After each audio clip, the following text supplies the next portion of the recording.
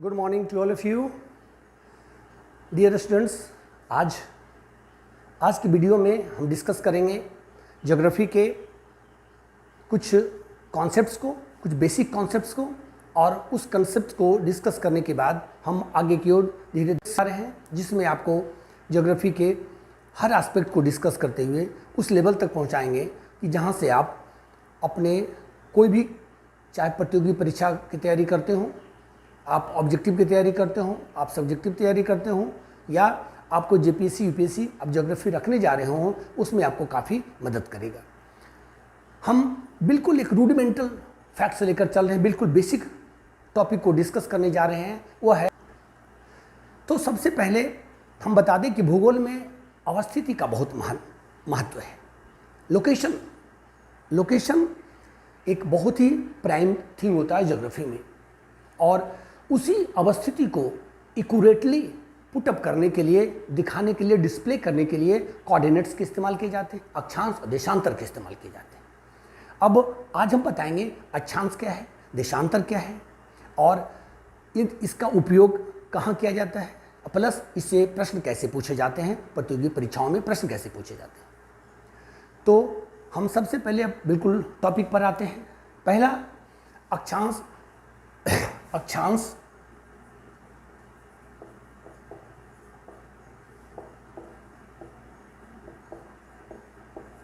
और देशांतर। अक्षांश को लैटीट्यूड, देशांतर को लॉन्गिट्यूड कहा जाता है। ठीक, तो ये अक्षांश और देशांतर क्या है? सामान्यतः जब अक्षांश के बारे में पूछा जाता है तो आप अक्षांश रेखा समझते हैं, जबकि अक्षांश और अक्षांश रेखा दोनों दो चीज़ है। हम उसको डिस्कस करेंगे आज। तो हम बिल्कुल एक बेसिक से स्टार्ट करते हैं। जैसे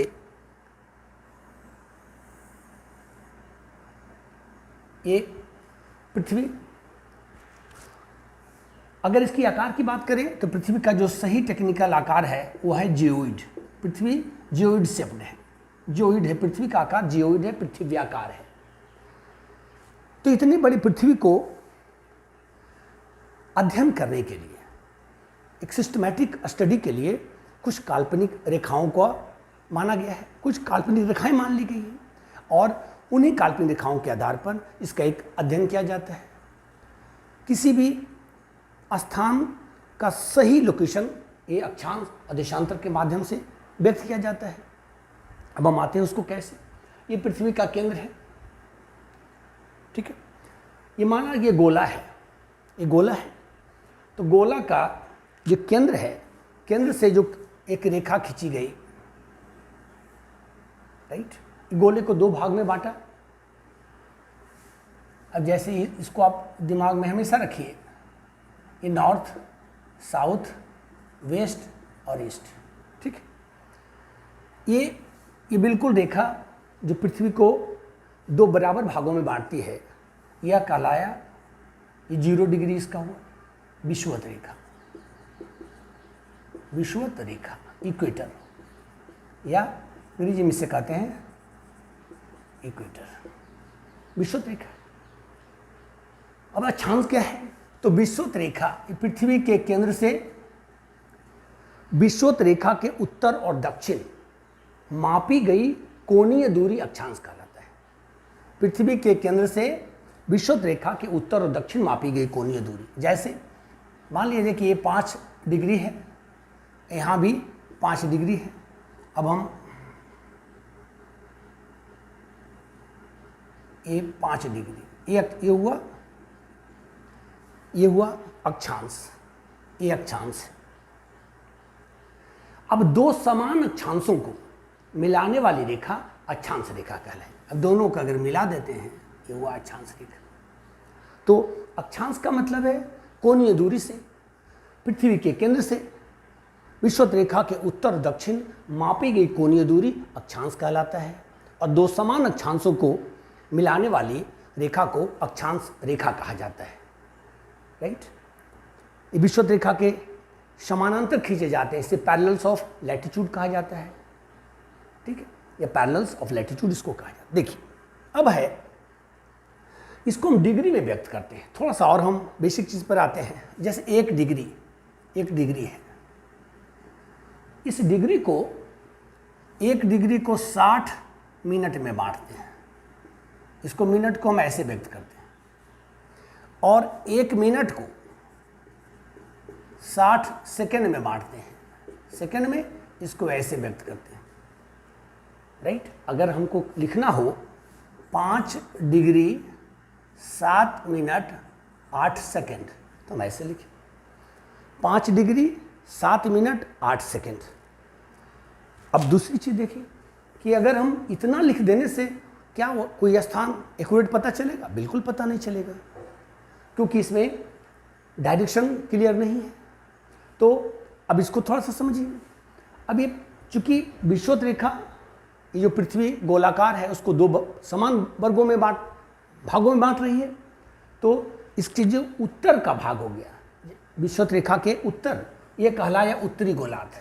ये हो गया उत्तरी गोलार्ध,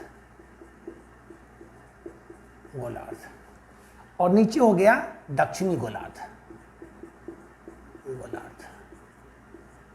उत्तरी गोलार्ध और दक्षिणी गोलार्ध। अब हमको दिक्कत हम लोगों को इसलिए होती है कि यहाँ तो पढ़ लिए, लेकिन एटलस पर उसको हम उस रूप में नहीं देखते हैं।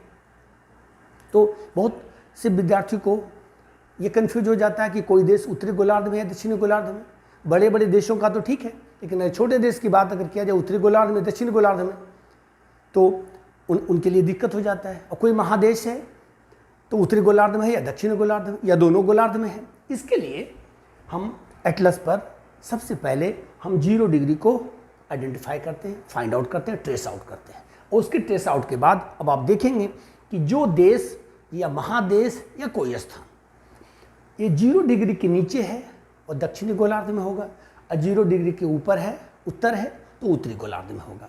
चलो, अब है कि अक्षांश को हम आगे डिस्कस करेंगे। इसको दूसरा देखिए, ये विषुवत रेखा। अब है कि अक्षांश और देशांतर जो काल्पनिक रेखाएं, अब हम डिस्कस करेंगे कुछ महत्वपूर्ण काल्पनिक रेखाओं के बारे में। कुछ महत्वपूर्ण काल्पनिक रेखाएं हैं, उसके बारे में डिस्कस करेंगे। जैसे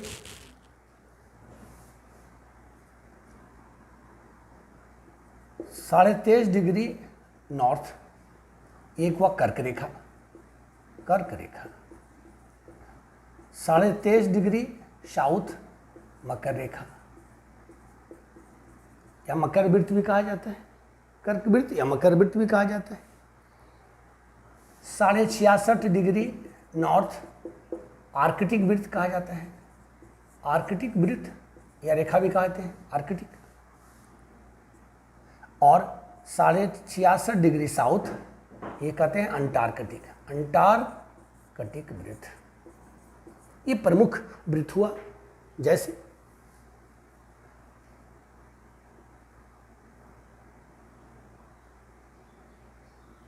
देखिए इसको, ये अगर 23.5 डिग्री नॉर्थ कर्क रेखा, 23.5 डिग्री साउथ मकर रेखा, 66.5 डिग्री नॉर्थ आर्कटिक वृत्त, और 66.5 डिग्री साउथ ये हुआ अंटार्कटिक वृत्त। सारे वृत्त हो गए, ठीक है। हम इसके बाद वाले वीडियो में बताएंगे कि कटिबंधों के बारे में। पहले ये समझ लेंगे, तब आप कटिबंध को बेहतर ढंग से समझ पाएंगे। ये अब आते हैं दूसरी पर। पृथ्वी को, अब इसे देखिए, 0 डिग्री, तो यहां से लेकर यहां तक पूरा सर्कल 360 डिग्री का है। हम ऐसे देख लें, 90 डिग्री, 90 डिग्री, 90 डिग्री, 90 डिग्री, ठीक। तो यहां से यहां तक ये हुआ 90 लिखा हुआ, और यहां से यहां तक की जो दूरी हुई टोटल वह 90 डिग्री की हुई। अर्थात अध्ययन की सुविधा के लिए हम प्रत्येक 1 डिग्री के अंतराल पर, अध्ययन की सुविधा के लिए 1 डिग्री के अंतराल पर हम रेखाओं को खींचते हैं, समान अक्षांश को मिलाने वाली रेखाओं को खींचते हैं। तो टोटल अक्षांश रेखा हो गई 90 डिग्री नॉर्थ और 90 डिग्री और 90 डिग्री साउथ, अर्थात अक्षांश रेखाओं की संख्या हो गई 180। 90 डिग्री नॉर्थ, 90 डिग्री साउथ, इसे आप ध्यान रखिएगा। अब कह सकते हैं आप कि यहाँ तो आपने 90 डिग्री 180 डिग्री हुआ, तो 180 क्यों नहीं खींचे? हम शुरू में बता चुके हैं कि 2 समान अक्षांशों को मिलाने वाली रेखा को अक्षांश रेखा कहते हैं। अक्षांश रेखा समान अक्षांश, अगर यहाँ 5 डिग्री, यहाँ 10 डिग्री, यहाँ 30 डिग्री, यहाँ 90 डिग्री, यहाँ 40 डिग्री, यहाँ 60 डिग्री अगर हम माने, तो यहाँ भी हम वही कैटेगराइजेशन, हम रेमिफिकेशन वही करेंगे। और चूंकि 2 समान अक्षांशों को मिलाने वाली रेखा को अक्षांश रेखा कहा जाता है, तो मोमेंट है कि यहाँ 90 अक्षांश यहाँ खींचा जाएगा, तो 90 कोणीय दूरी यहाँ भी खींची जाएगी और दोनों को मिला दिया जाएगा, अर्थात अक्षांश रेखाओं की संख्या हो जाएगी 90 उत्तर और 90 दक्षिण, टोटल 180। अर्थात अगर कभी भी लिखा हुआ है अक्षांश 90 तक ही हो सकता है, 91 डिग्री नॉर्थ नहीं हो सकता, 91 डिग्री साउथ नहीं हो सकता, कभी नहीं हो सकता है, 90 डिग्री ही होगा। अर्थात अक्षांश रेखाओं की संख्या 180। लेकिन अगर ये पूछा जाए कि कितनी अक्षांश रेखा खींची जा सकती है, तो पॉसिबिलिटी अनंत, ये अनंत खींची जा सकती है। अगर खींची जा सकती है, अगर सकना शब्द लगा हो तो अनंत रेखाएं खींची जा सकती हैं, लेकिन खींची जाती है हर एक 1 डिग्री के अंतर पर अध्ययन की सुविधा के लिए, वह है 90 डिग्री नॉर्थ और 90 डिग्री 90 नॉर्थ और 90 साउथ, अर्थात कुल 180 डिग्री अक्षांश रेखाएं। अब हम देखते हैं कि अक्षांश रेखाएं जैसे जैसे अक्षांश रेखाओं को वृत्त की ओर आती हैं, 0 डिग्री और ध्रुव हमारा हुआ 90 डिग्री नॉर्थ उत्तरी ध्रुव और 90 डिग्री साउथ दक्षिणी ध्रुव। और जैसे जैसे हम वृत्त की ओर आते जाते हैं, मतलब ध्रुव की ओर आते हैं, यह इसकी लंबाई छोटा होता जाता है। ठीक, तो अक्षांश रेखाएं हुई 90 उत्तर और 90 दक्षिण, राइट। नेक्स्ट, 1 डिग्री अक्षांश, जो अक्षांश पर 1 डिग्री होती है, 1 डिग्री अक्षांश की रैखिक दूरी कितनी होती है? रैखिक दूरी, राइट। लीनियर डिस्टेंस कितनी होती है? लीनियर डिस्टेंस कितनी होती है? तो हम लीनियर डिस्टेंस अगर आपसे पूछा जाए तो आप कहेंगे कितना हो, कहाँ ज़्यादा होगा?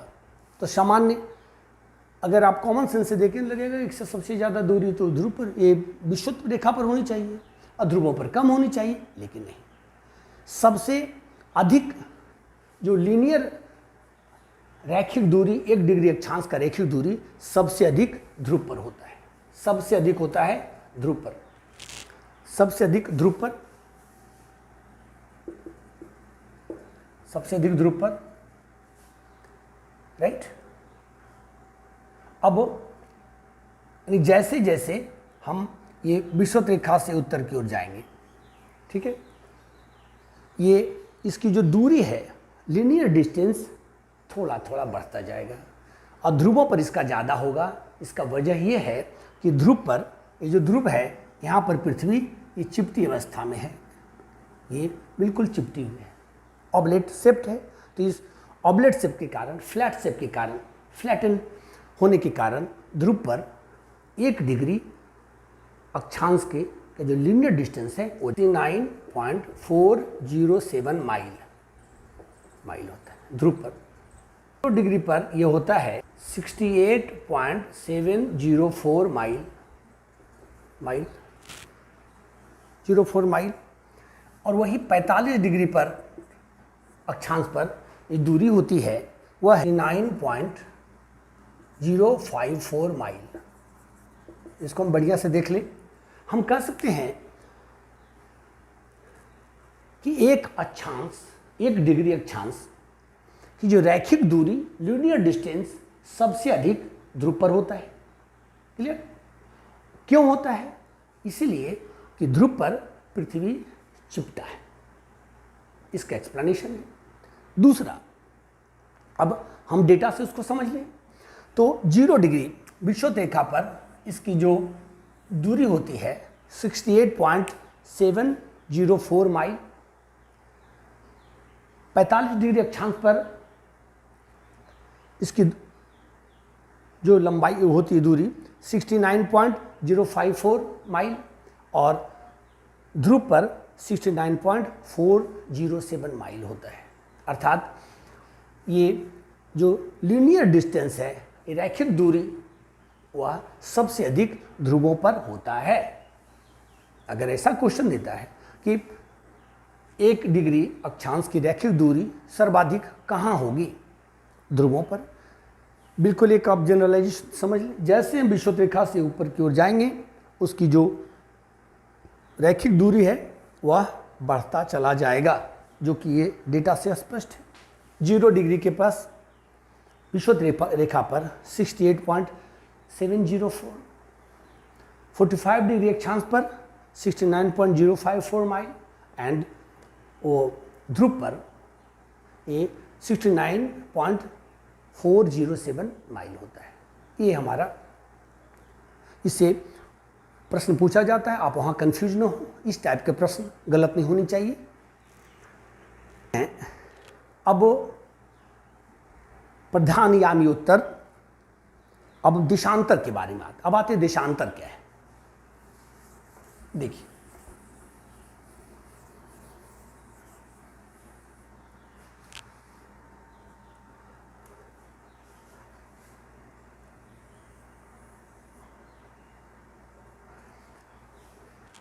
अक्षांश के लिए हम विषुवत रेखा को एक रेफरेंस लाइन मानते थे। पृथ्वी का केंद्र और विषुवत रेखा, ये हमारा एक रेफरेंस लाइन होता था। देशांतर के लिए इसका रेफरेंस लाइन होगा प्राइम मेरिडियन। प्राइम मेरिडियन होगा ये। इसको कहते हैं प्रधान याम्योत्तर। प्रधान याम्योत्तर, प्रधान याम्योत्तर होता है ये। प्रधान याम्योत्तर होता है, प्राइम मेरिडियन।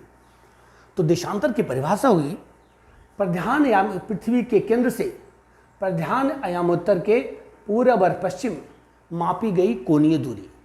प्रधान यामयोत्तर के, प्राइम मेरिडियन के, the distance from the angular distance from the centre of the earth to the east और west of prime meridian is called longitude, and the line connecting two equal latitudes are called parallels of latitudes। दो समान देशांतर को मिलाने वाली रेखा को देशांतर रेखा कहते हैं। तो अभी यह स्पष्ट होता है कि देशांतर रेखा, देशांतर अलग है, देशांतर रेखा अलग है, अक्षांश अलग है, अक्षांश रेखा अलग है। जैसे कि हमने अक्षांश में देखा कि अक्षांश रेखाओं की संख्या 90 डिग्री नॉर्थ और 90 डिग्री साउथ थी, टोटल 180 था। देशांतर की कितनी होगी? अब ये पूरा वृत्त है, उस पूरे वृत्त को, ये पूरा जो वृत्त है उस पर 360 डिग्री होता है। ठीक, तो हर एक डिग्री के अंतराल पर रेखाएं खींची जाएंगी। प्राइम मेरिडियन विभाजक रेखा होगा, इसी से पूर्व और पश्चिम की गणना होती है। इधर ये भाग है, ये हो गया पूरब, ये हो गया पश्चिम। अर्थात प्राइम मेरिडियन पृथ्वी को 2 गोलार्ध में बांटता है, वह है पूर्वी गोलार्ध और पश्चिमी गोलार्ध। विषुवत रेखा पृथ्वी को 2 गोलार्ध में बांटता है, उत्तरी गोलार्ध और दक्षिणी गोलार्ध। तो पूर्वी गोलार्ध और पश्चिमी गोलार्ध, ये दोनों गोलार्ध हुआ। अब 360 डिग्री पर अगर खींचा जाएगा तो यहाँ से 180 डिग्री ईस्ट और 180 डिग्री वेस्ट, अर्थात 360 हो जाएगी। देशांतर रेखाओं की संख्या 360। 180 डिग्री ईस्ट प्रधान याम उत्तर 0 डिग्री, 0 डिग्री से 0 डिग्री, और यहाँ से 180 डिग्री पूरब की ओर, 180 डिग्री पश्चिम की ओर, अर्थात देशांतर रेखाओं की संख्या 360 होगी। ठीक, अब अक्षांश और देशांतर हो गया। एक चीज देखें, जो प्रश्न पूछता है कभी कभी, आप अगर बिल्कुल कॉन्शियस नहीं होंगे तो गलती कर बैठेंगे। ध्यान यही रखना है कि देशांतर 180 तक ही होगा, 180 ईस्ट या वेस्ट होगा। देशांतर को हम ईस्ट और वेस्ट में व्यक्त करते हैं, पूरब और पश्चिमी। ये कभी 180 से ज़्यादा नहीं होगा, कम हो सकता है, ज़्यादा नहीं होगा, ध्यान रखना है। अक्षांश जब भी होगा तो 90 डिग्री से ज़्यादा नहीं होगा, 90 डिग्री से कम कुछ भी हो सकता है, 90 डिग्री से ज़्यादा नहीं हो सकता। अक्षांश रेखा को व्यक्त करने के लिए नॉर्थ और साउथ अंकित किया रहता है। देशांतर रेखा में ईस्ट और वेस्ट अंकित किया होता है। अगर कहीं पूछ दे कि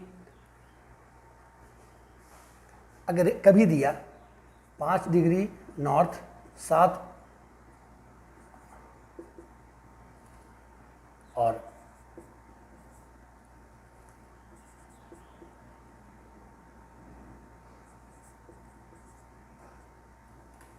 ये नहीं हो सकता, ठीक है। ये हमारा ये 5 डिग्री नॉर्थ और 5 डिग्री 7 मिनट 8 सेकेंड नॉर्थ, ये सही है।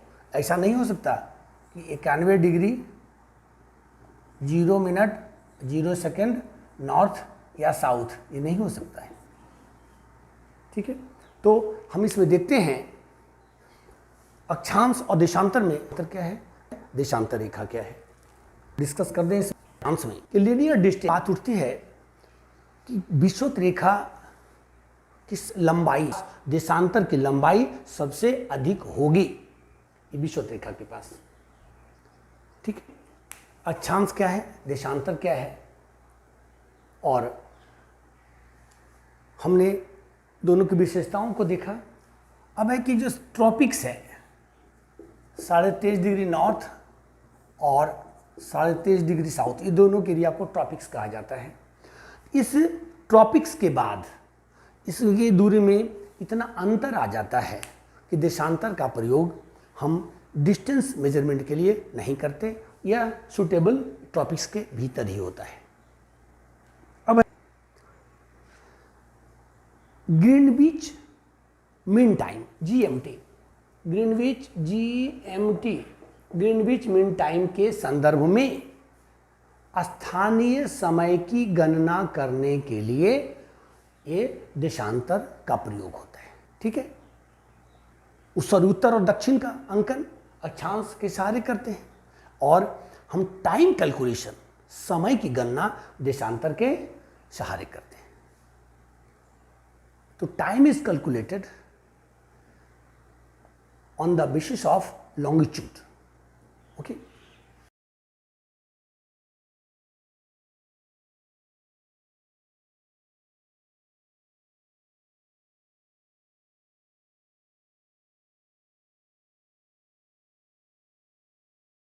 देते हैं कैसे कैलकुलेशन करते हैं उसको, थोड़ा सा टाइम कैलकुलेशन है, आप उसको देखिए।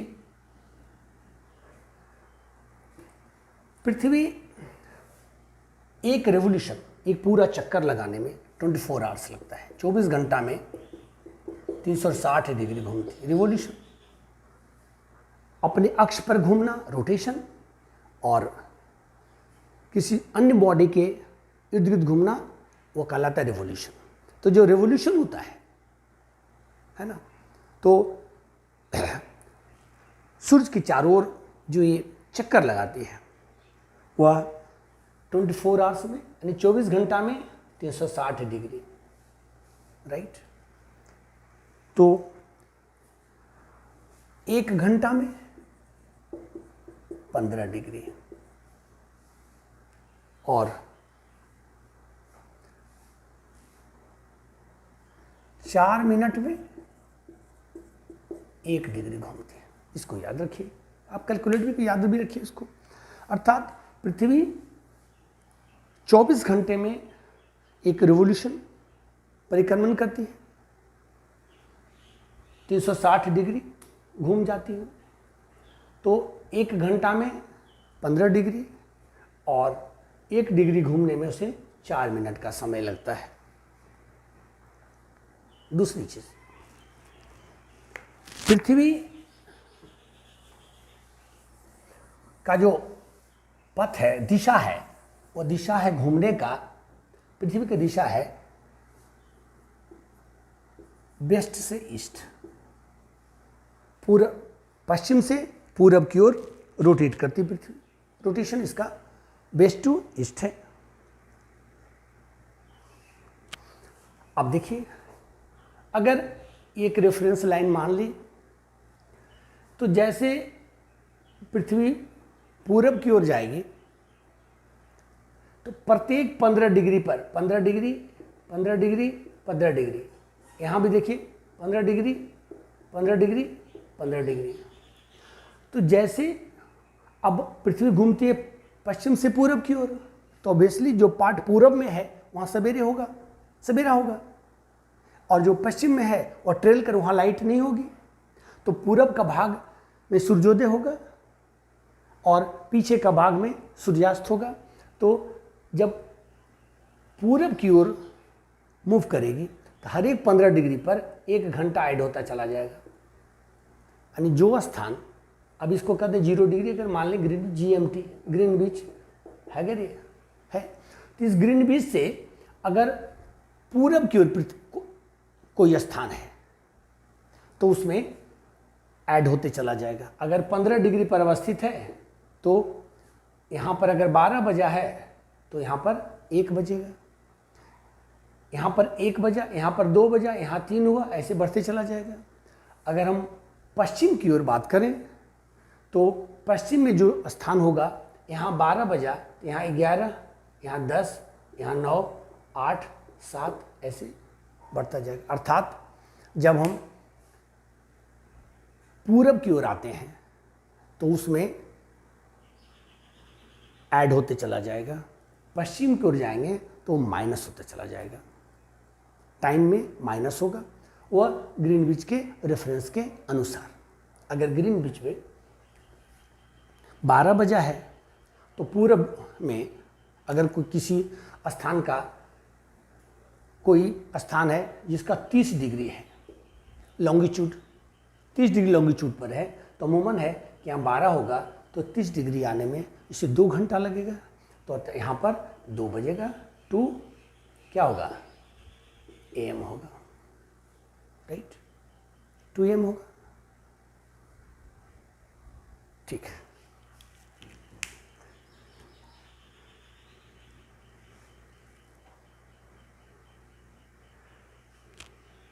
अर्थात जब हम पूरब की ओर आएंगे, हम याद कर लें, ईस्ट में ऐड करेंगे, वेस्ट में हम माइनस करेंगे।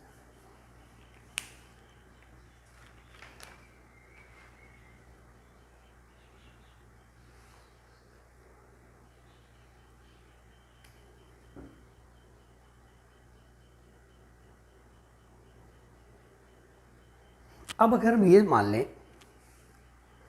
अब सोच लें एक चीज, देखिए इसको, अब कोई व्यक्ति समुद्र में है, कोई समुद्र में है और वहां पर 8 AM हुआ है, ठीक है, कोई स्थान पर है वो जहां पर 8 AM हुआ है।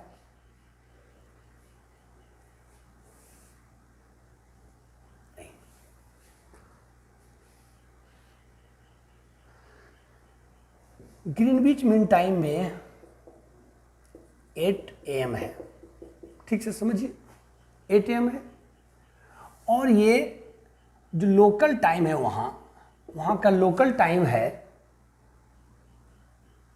12 बज रहा है, 12। तो हम ये ज्ञात कर सकते हैं कि लोकल जो स्थान है उसका देशांतर कितना है। समझिए इसको। जैसे कि जीएमटी है, जीएमटी में ग्रीनविच मीन टाइम में 8 बज रहा हो, सुबह का 8 बज रहा हो, और लोकल टाइम है वहाँ पर 12 बज रहा है। तो जो लोकल स्थान है वहाँ का कितना होगा देशांतर। तो अब देखिए ये 8 अगर चलेंगे तो 9, 10, 11 और 12 बजेगा, नून तब होगा, 12 नून होगा, अर्थात 1, 2, 3 और 4 घंटा है ये। अर्थात ये 4 घंटा इससे आगे होगा।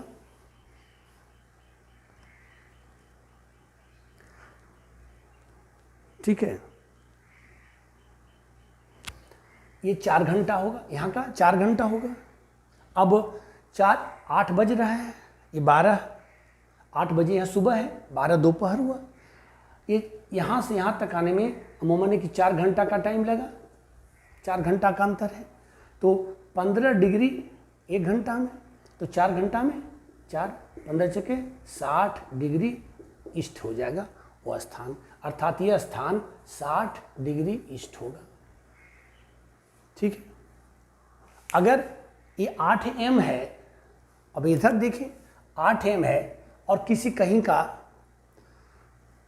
ये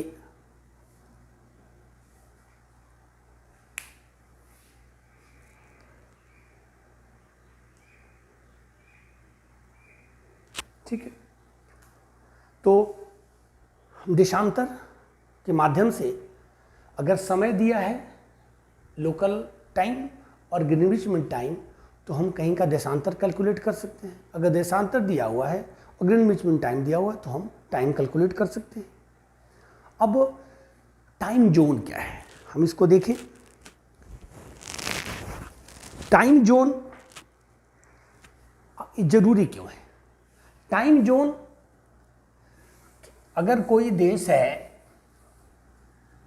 2 प्रकार का विस्तार हो सकता है देश का, या तो पूरब से पश्चिम की ओर या उसके उत्तर से दक्षिण की ओर। जैसे चिली अगर देखें, चिली तो नॉर्थ साउथ एक्सटेंशन ज़्यादा है, लेकिन अगर हम यूएसए देखें तो कनाडा देखें, यूएसए कनाडा का पूर्व पश्चिम एक्सटेंशन ज़्यादा है। यूएसएसआर रूस को देखें, पूर्व पश्चिम उसका विस्तार ज़्यादा है, लेकिन चिली है तो उत्तर दक्षिण विस्तार ज़्यादा है उसका।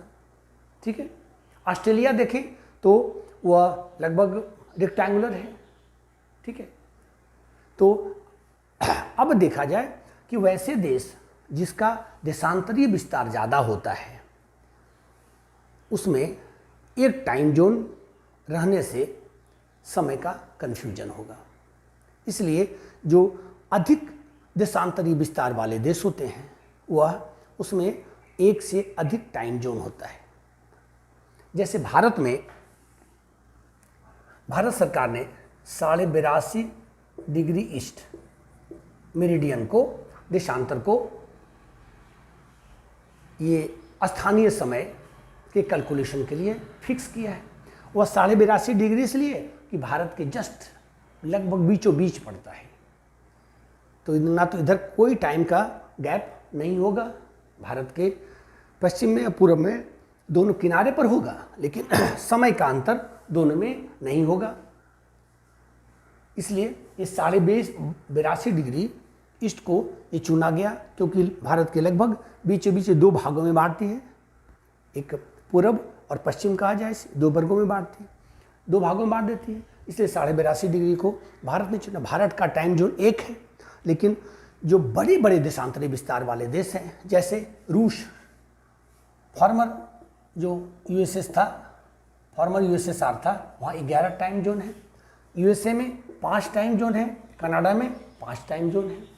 तो यूएसए में 5 time zone, Canada 5 time zone, और यूएसएसआर, फॉर्मर यूएसएसआर में जो भूतपूर्व सोवियत संघ है वहाँ पर 11 टाइम जोन था। अगर ये सब भी पूछा जा सकता है कभी सबसे टाइम जोन किसका ज़्यादा, तो जिसका देशांतरी विस्तार ज़्यादा होगा उसका टाइम जोन उसमें ज़्यादा होगा। हम 3 जो प्रमुख हैं हमने उनका नाम बताया। फॉर्मर यूएसएसआर, पूर्व सोवियत संघ में 11 टाइम जोन, यूएसए में 5 टाइम जोन, कनाडा में 5 टाइम जोन है। अब एक ये हम डायग्राम आपको हम दिखा देंगे, हम पोस्ट का वीडियो में रहेगा ये। तो ये क्वेश्चन एक बार पूछा हुआ प्रश्न है कि अंतर्राष्ट्रीय तिथि रेखा इंटरनेशनल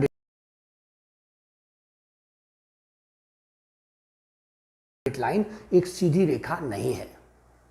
नंबर 1, ये कुछ स्थानों पर अपने लाइन से, अपने स्थान से विचलित होती है, डिविएट करती है, डिविएशन होता है, और वह डिविएशन 8 स्थानों पर होता है। यानी eight 8 places it deviates from its original path. क्यों? In order to avoid chaos in the time zone. ठीक है, थैंक यू।